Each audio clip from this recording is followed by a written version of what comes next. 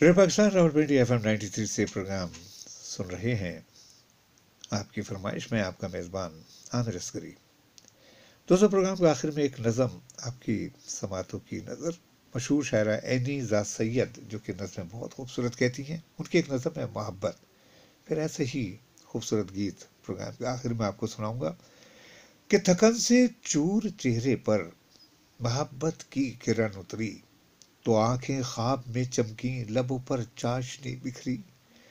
अदा ने रूप बदला और समय की बाग को खींचा, हवा में तैरता एक रख्श मेरे आंगन में आ बैठा। हवा और रंग ने मिलकर फिजा में साज सा छेड़ा, मोहब्बत की किरण उतरी तो चेहरे पर खुशी, चमकती लबों पर सुरमगी मुस्कान आ बैठी। तुम्हें मालूम है जाना, तुम्हारे लम्स की खुशबू मेरे सांसों में बसती है।